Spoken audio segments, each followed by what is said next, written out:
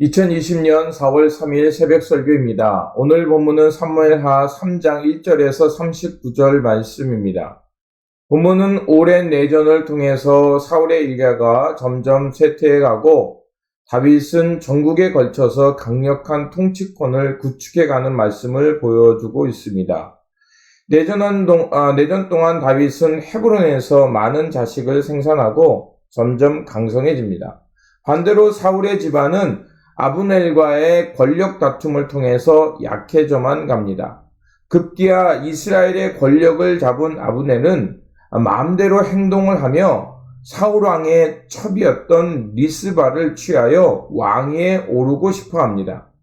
이에 이스라엘의 왕이었던 이스보셋이 아브넬의 야심을 맹렬히 비난하며 분열합니다. 이에 아브넬은 이스보셋에게 분노하며 배반하고 다윗에게 밀사를 보내고 다윗으로부터 긍정적인 대답을 얻자 베냐민 지파와 함께 다윗에게 투항해버립니다. 이 소식을 들은 요압은 다윗에게 이 일을 맹렬히 비난하면서 아브넬을 추격해 가여 동생 아사엘의 죽음의 이유로 아브넬을 살해합니다. 하지만 실상은 요압은 아브넬이 자신의 지위에 위협이 될 것을 염려하여 그를 죽인 것입니다. 아브넬의 이 선택을 통해서 우리가 알 수 있는 것들이 있습니다. 첫째는 그는 스스로 하나님의 뜻을 알고도 역행했음을 드러내고 있습니다. 3장 9절과 10절에 보면 여호와께서 다윗에게 맹세하신 대로 내가 이루게 하지 아니하면 하나님이 아브넬에게 벌 위에 벌을 내리심이 마땅하니라.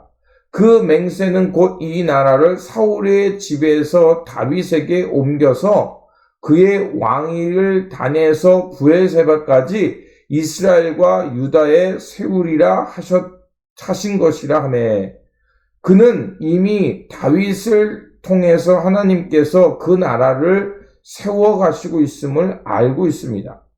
하나님의 뜻이 이런 것을 알고 있었음에도 불구하고 그는 자신의 권력욕과 야심 때문에 의도적으로 하나님의 역사를 거스리고 있었던 것입니다.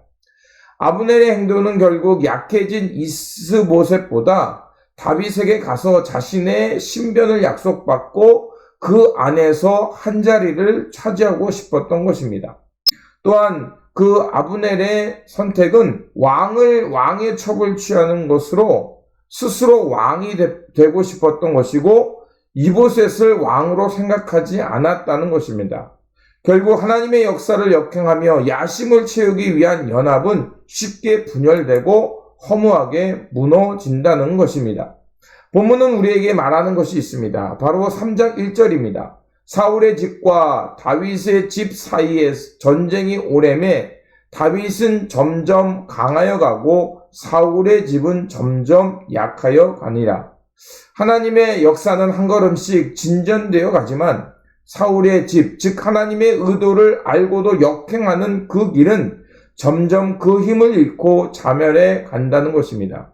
오늘 우리는 어떤 길을 걸어야겠습니까? 다윗과 같은 길을 걸어야 할 것입니다. 힘들더라도 묵묵히 하나님께서 세우시는 길을 걸어갈 때 그 길은 점점 강성해질 것입니다. 그러므로 우리 모두는 하나님의 길을 감으로 다윗과 같이 하나님이 세우시는 집, 가문이 되기를 소망합니다.